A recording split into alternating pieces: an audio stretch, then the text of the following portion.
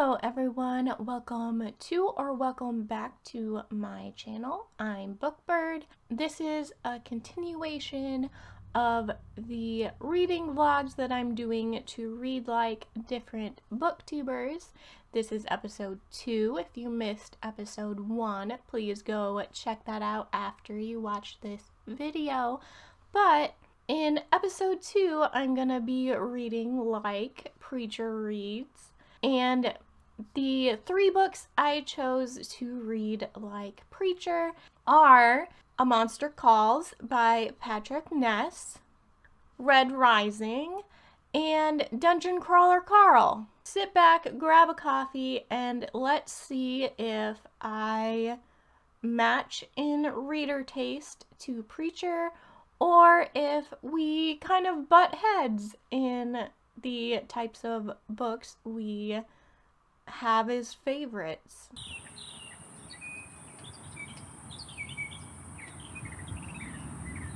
Alright, I am starting this vlog off with A Monster Calls by Patrick Ness. I am currently 44 pages in, and I already know the warnings about it being super sad, and I definitely am already seeing how sad it's gonna be. Not to give spoilers, but within the first few chapters we find out that this young boy is dealing with his mother having cancer and him trying to deal with everything surrounding that changes in his life, how everyone reacts to him at school, and everything just involved in a child's perspective of having a parent who is going through cancer treatment and getting a cancer diagnosis and everything. This monster is coming to visit him at night, and I can already kind of guess where it might be going. I know that the monster is a metaphor for something, and so I can sort of guess where this is gonna go, and I think I'm definitely gonna pick up Dungeon Crawler Carl after this one because I think I'm gonna need something just stupid fun. I also didn't realize that this book has illustrations, and it reminds me of the whale book that Patrick Ness also did, that I'm getting used to how he writes, and I do enjoy him as an author, I think, just with the creativity that he has. I did read the Chaos Walking first book in that trilogy, and then I didn't continue because of a character dying, but I am thinking about it just because his creativity and his writing is so unique. I'm enjoying the writing of this book and how things are being portrayed. So I will continue on with this book and probably read it pretty quickly, and I'll come back when I am finally finished. But if I lay down and I play dead and I stay dead, maybe you'll get sick of being the monster out of my head, under my bed. Think you're something out of my nightmares, standing right there. But if I lay down and Update on A Monster Calls. I'm about 50% in, and it's still rather sad. I am just to the second story that the monster is going to tell Connor. We've had a lot more happen with the circumstances that Connor is in, and it kind of got me thinking that me personally looking at how Connor is like reacting to things, I think is part of his character development by the end of this, and I know the ending is gonna be sad. And it got me thinking too I have been mood reading lately, and I did stop this and pick up Red Rising. We'll get to that in a second, but I haven't been picking this up as much because of also just in life different things making me not want to pick up a book where a child is going through all these problems. And I think it got me thinking that, like, as adults, we almost kind of revert to that childhood state of wishing things weren't happening the way that they're happening, based on different things, different life struggles that we go through. I think in a way we kind of revert to certain ways that, yes, Connor's a child, but I think as adults we get grumpy and lash out at people when specific things are happening in our lives. And like, there's always that saying of you never know what someone's going through, so treat them with kindness. And I think that kind of sentiment is kind of what this book is bringing out for me. It just got me thinking about that kind of thing, like a deeper thought into like going through grief, going through life struggles, going through different parts of life and how people react to it, and how we all kind of have this childhood mentality of wishing it wasn't going the way it was going, or wishing this didn't happen, or asking God, why did this happen? Why did you do this to me? Kind of thing. Like, why is this bad thing happening right now? So that's just one thing that I wanted to point out when I'm 50% in instead of waiting all the way till the end. But also, like I said, I have picked up the next book already. So I don't have it to hold up because it's on my Kindle and I don't want to just hold up my Kindle. But I have picked up Red Rising because my Libby hold for the audiobook came in, and I've gotten to chapter 4, part 1, chapter 4 in that. And so far, nothing huge has happened. We're kind of getting the layout of Mars and other aspects of the setting, the world building, the character building for Darrow and his life. And I know already kind of what happens, so we haven't hit that point yet. And right now, nothing is really sticking out to me. I see the dystopian Hunger Games vibes that people are saying it has already. So it's not like anything unique has really been brought up to me yet. I'm still intrigued by it. I'm apparently getting through all the more depressing reads first instead of going to Dungeon Crawler Carl right away. So I guess we'll end on a happy note, hopefully, with Dungeon Crawler Carl. But for now, I'm reading both Monster Calls and Red Rising simultaneously because of the different mediums that I have them on. And my Kindle is a lot easier to fit in my purse and bring with me out into the world than a big hardback library book. So that's why I am simultaneously reading these two, which may complicate this vlog with updates, but we're gonna try. But if I lay down and I play dead and I stay dead, then will you get bored of killing me? Then will you get bored of killing me? So I have finished A Monster Calls by Patrick Ness. I was spot on with where I thought this was gonna go. I obviously didn't spoil anything, but I knew where we were going. And there was just kind of like a hint of well, maybe this will happen, but it definitely went completely in the direction that I thought it would.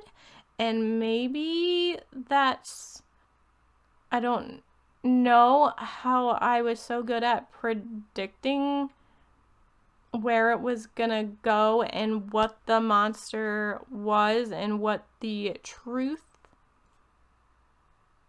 that Connor needed to figure out was gonna be, but it was,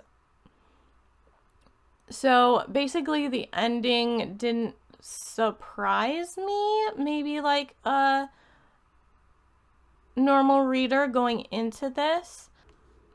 I think with my background in just reading a lot of metaphorical and allegorical and all of those types of plays and literature for my college degree, that I just pick up on those types of things a lot easier than other readers would maybe be able to point out.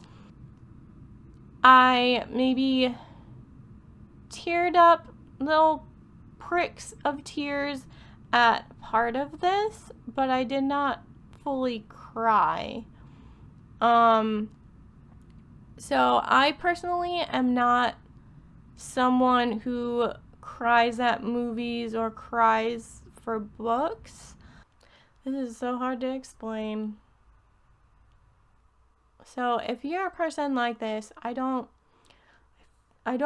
feel like I can't be alone in not crying over a book. Definitely worth the read.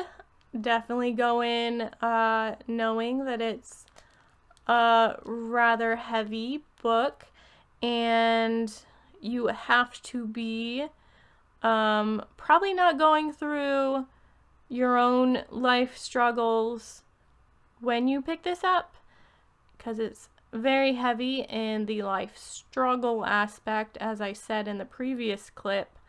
I definitely still stand by that, because yes, our outbursts aren't going to be the same that Connor had, but we definitely, as adults, still have that tendency.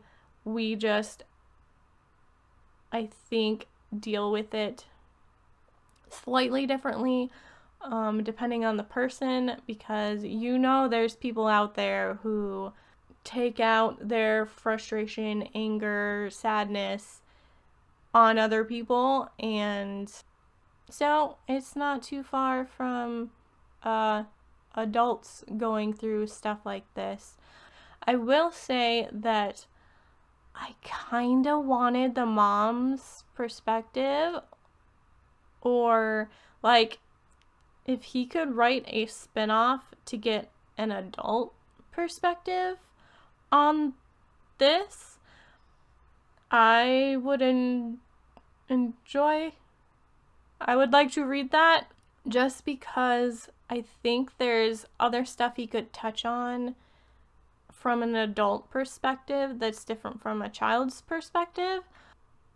But that's what I'll say about this. I'm glad I read it. It was definitely slightly different than I expected going in. I enjoyed the illustrations, and now we're moving on even more to depressing things happening in books, because for Red Rising, I basically got to the part I knew happened. I didn't know it happened like how it happens. So I am into part 2 and learning a lot more about the world itself, and basically what this synopsis says.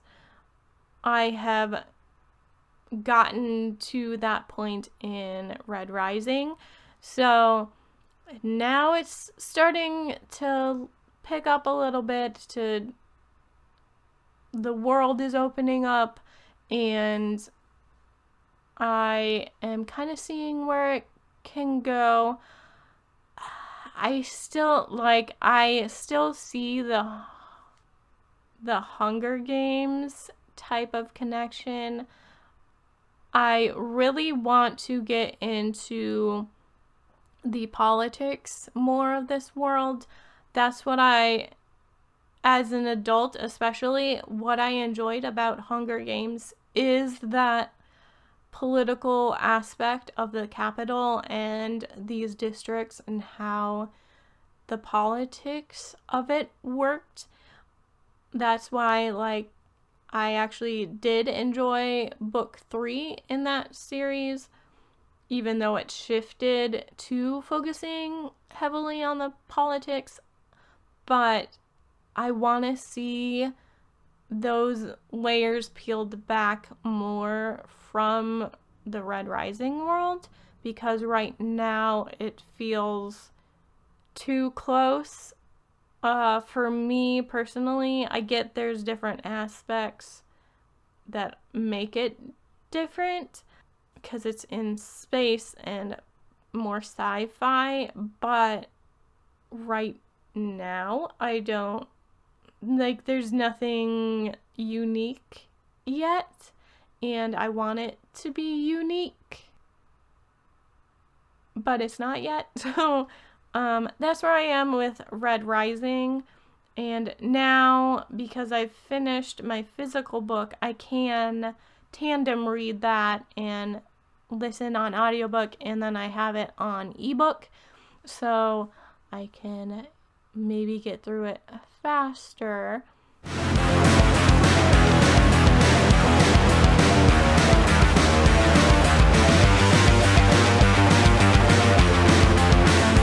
Okay, so quick Red Rising update. I am on part 4, and I think I fall into the crowd of not getting the hype for book 1. Unfortunately, I expected the games aspect of this book. Like, my initial thoughts for people explaining it in a non-spoiler way was that these were almost like obstacle course type games to the death. And that's not what these games are.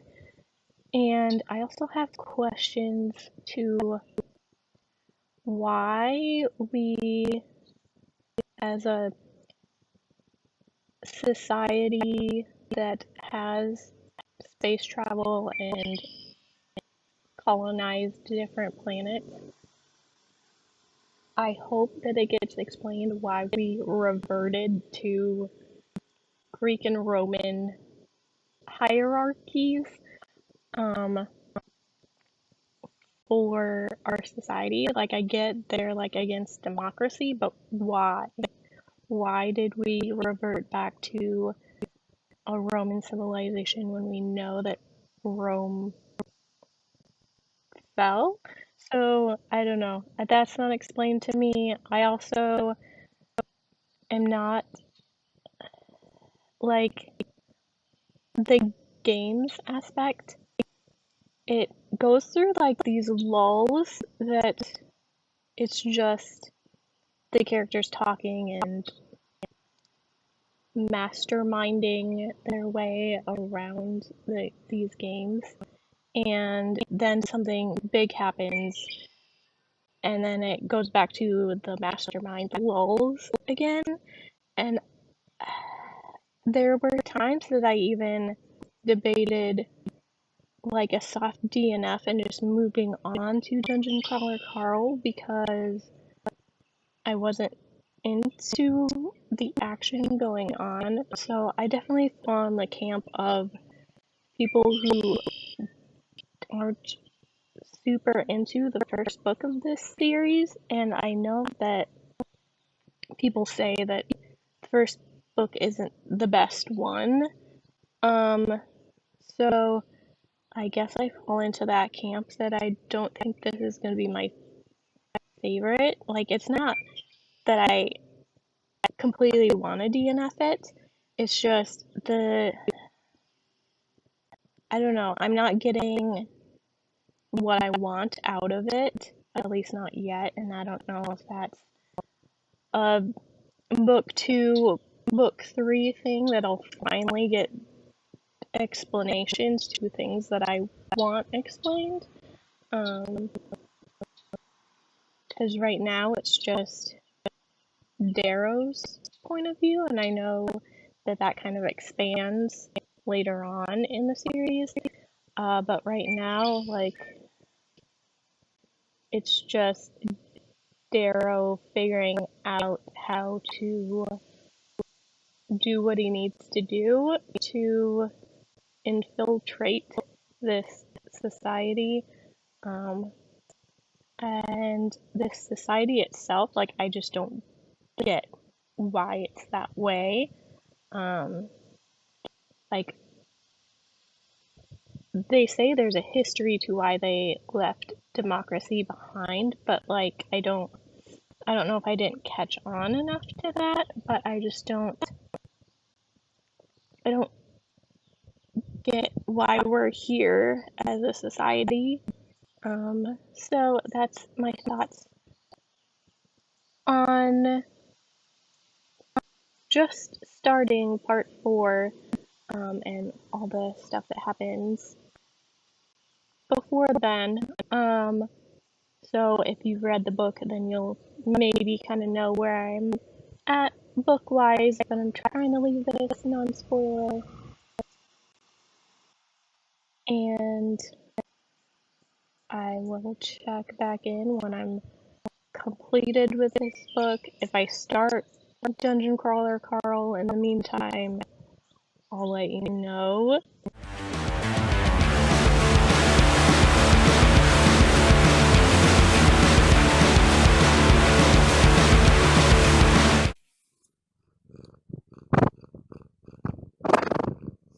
This is my update because I am done with Red Rising.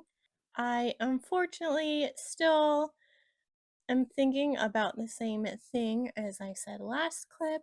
I fall into the group of people who didn't really like the first book in this series, and I also don't really understand the hype behind this series. And there's a few reasons for that, but I think also I was too good at predicting. I was too good at predicting where Pierce Brown was going with some of the end reveals, that then it was just kind of like, well, of course. The specific twist about a person involved I saw coming, and I also predicted how the resolution was gonna be too, so it was kind of like a very anticlimactic thing for me because I knew it wasn't something to worry about. So that was one thing, that it was kind of like we get all this build up for something, and then it I already saw it coming, and then also the actual end did not make me feel like I need to pick up the second book right away. I do own the second book on ebook, but I don't feel the need to continue.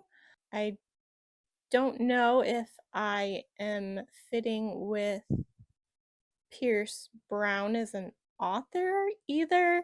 There's that, but then also like Darrow as a character didn't really like click with me to care too much about. Like, I get we got his whole sad backstory and why he's why he's trying to do what he's doing, but I don't know. And then it also it it's not going to be as much as the example I'm about to give, but Darrow feels like he still suffers from a lot of the reasons why people complain about the Throne of Glass series, which is that Aelin, the main character, she just comes up with this plan that the audience never gets to be a part of, and she just magically figures things out. And I think I saw pieces of that with Darrow.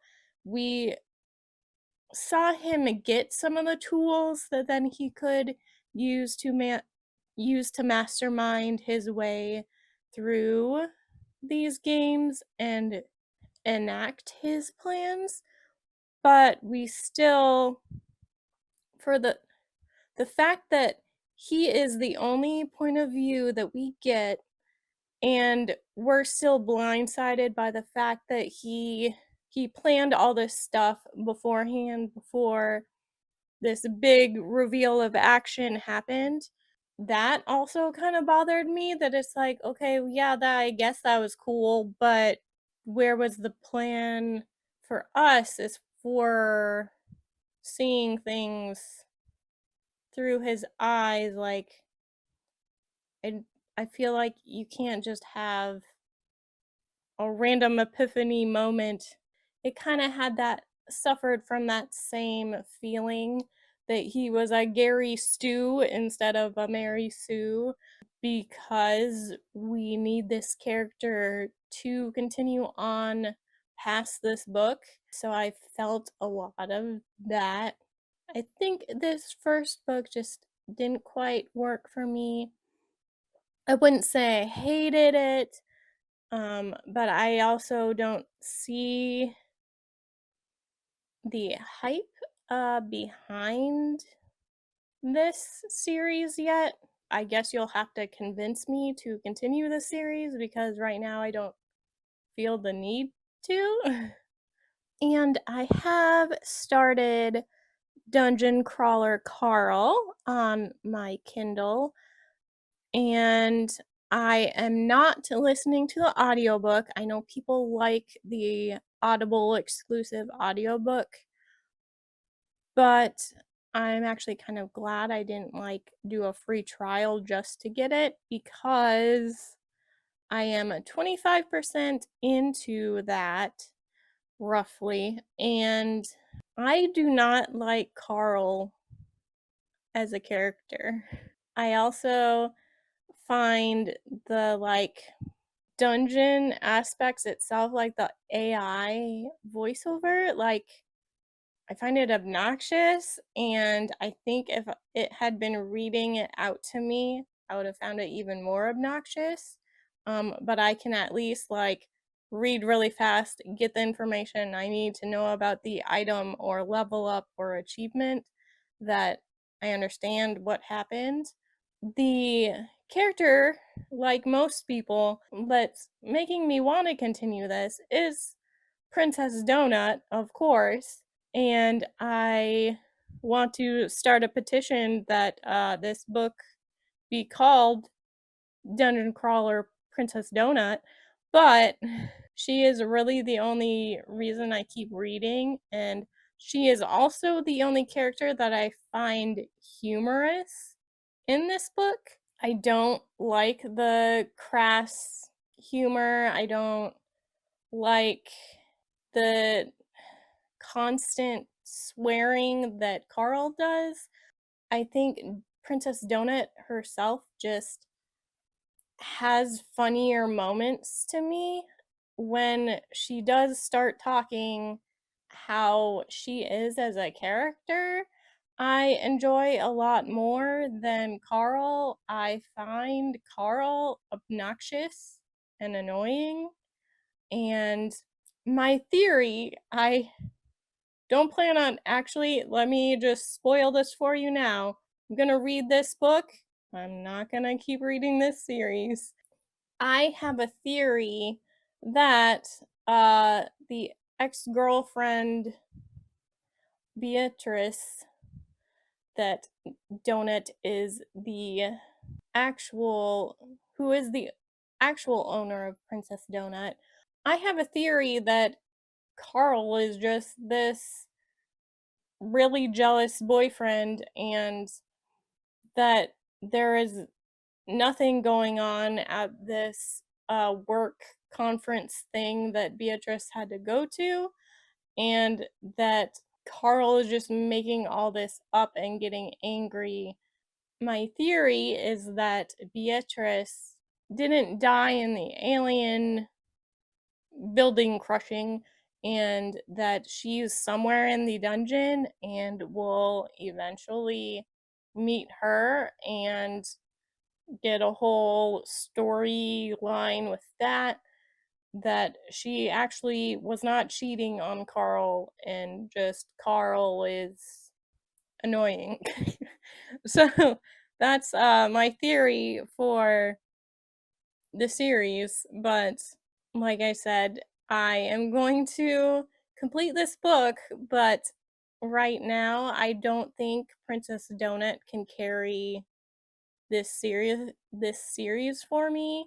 It would have to be a dedicated Princess Donut book for me to want to read it, but I am enjoying the dungeon aspect. I also get that because not everyone plays video games and can understand how a loot system works, how a just the aspects of a video game work, that's why we have to explain it so thoroughly.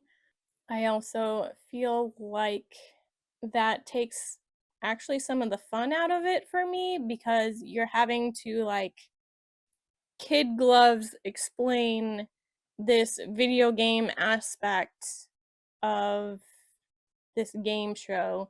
So I would actually prefer it to be like, I'm fine with them listing off all like the achievements and the loot boxes and stuff, but I also feel like some of the descriptions are just dumb and not funny. So I would rather have something that's geared toward a true video game player or Dungeons and Dragons player than just to be stupid funny. Like, I don't know. So that's where I am with Dungeon Crawler Carl. I probably won't update you until the end and my final thoughts, because, like I said, I don't know that I'm going to have a whole lot more to say than what I just told you now. So I'll update you when I'm finally finished with Dungeon Crawler Carl.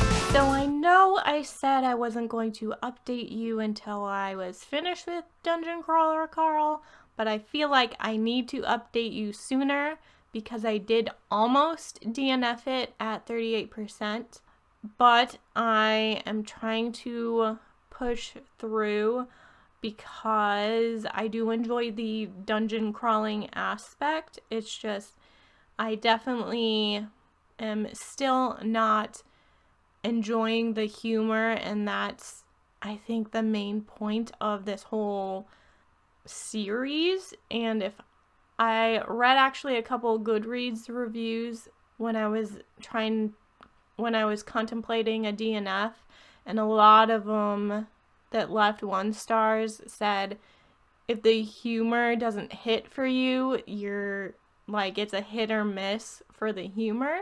So if you're not a person that really enjoys how this humor is in this book, then it kind of leaves a lot more needed to enjoy the book, because a lot of it is that style of humor.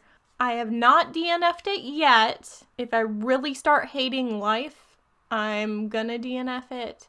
But because I didn't want this vlog to end on a sour note, some of you may think this doesn't count, but Something Wicked This Way Comes is a book that Preacher has put on a couple different horror lists that he recommends to read.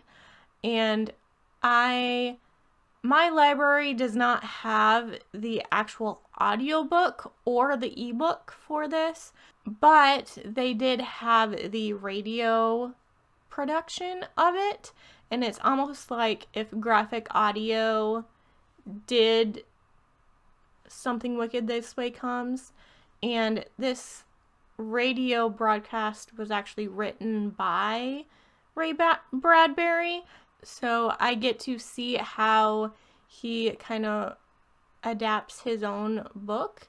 And this is only 2 hours versus like the 5 to 8 hours. I can't remember how long the audiobook is, but the audiobook is longer.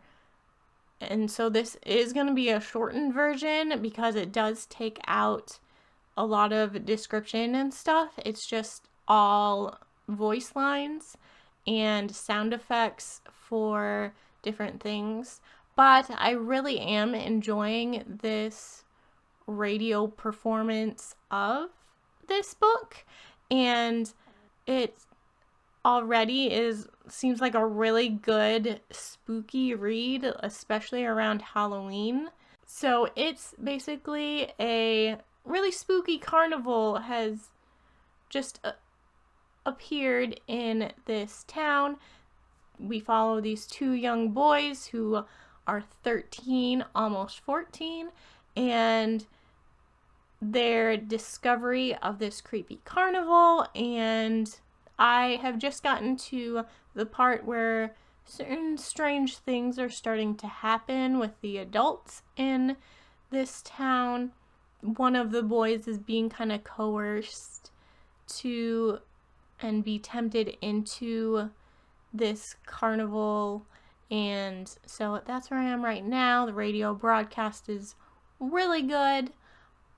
It definitely has that dated aspect of doing a radio recording, but I enjoy it. It reminds me of a theater production. So as a theater kid, I am really enjoying this, and this will then probably make me pick the actual book up. So I am at least enjoying Something Wicked This Way Comes, so that hopefully I don't end on a sour note, but I will let you know about both of these once I have completed them.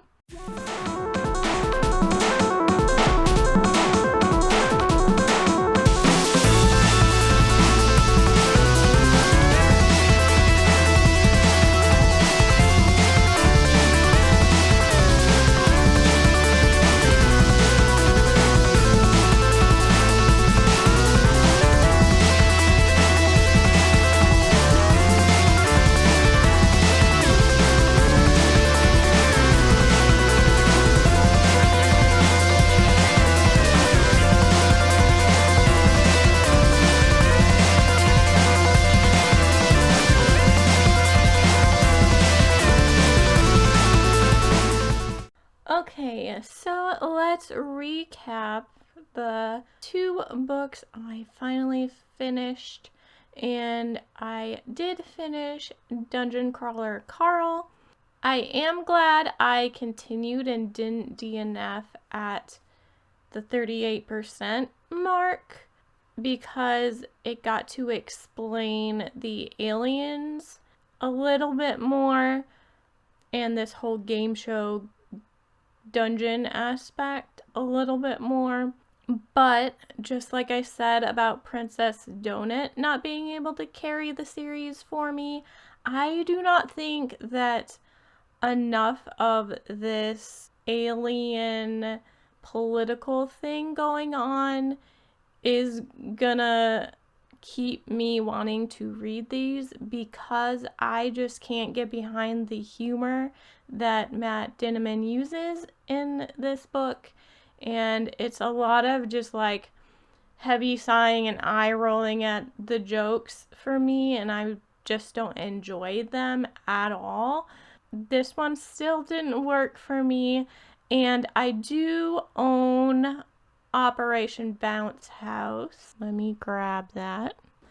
So I do have Operation Bounce House, and from what I can tell from reviews is those people who have read Dungeon Crawler Carl didn't really like this one because it wasn't close enough to what they got for Dungeon Crawler Carl and how much they enjoyed that series. So I may be the outlier in actually enjoying this one, but I have one more chance of possibly liking Matt Dinniman's writing.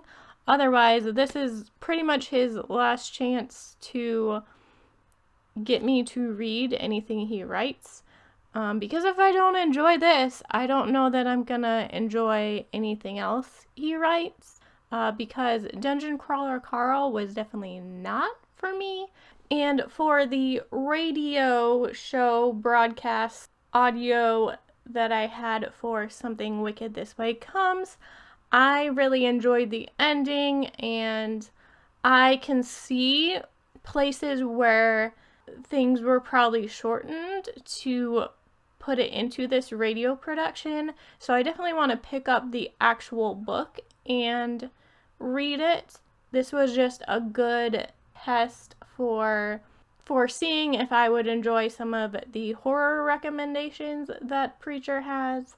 Have that end on a little bit of positive note, that this was one choice that I did enjoy.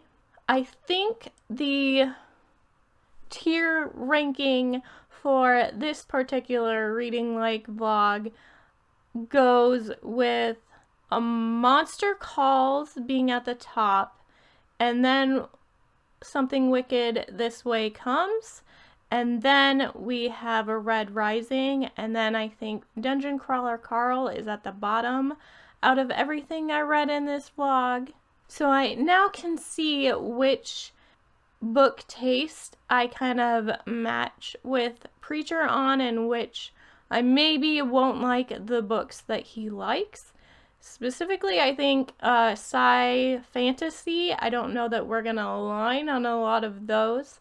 But for his horror and the like more lit fic horror too, I think we'll align on some of those a lot more. So if you enjoyed this Reading Like vlog and you haven't checked out the first episode, you should go do that. But also, I plan to do more of these, so please subscribe, because I have not done a Lady of Booktube yet. So I think episode 3 is gonna be one of the ladies from Booktube. And for the person I think I'm gonna pick, I think we're gonna have some more where I am reading out of my comfort zone. So please click that subscribe button, and I hope to see everyone in the next video.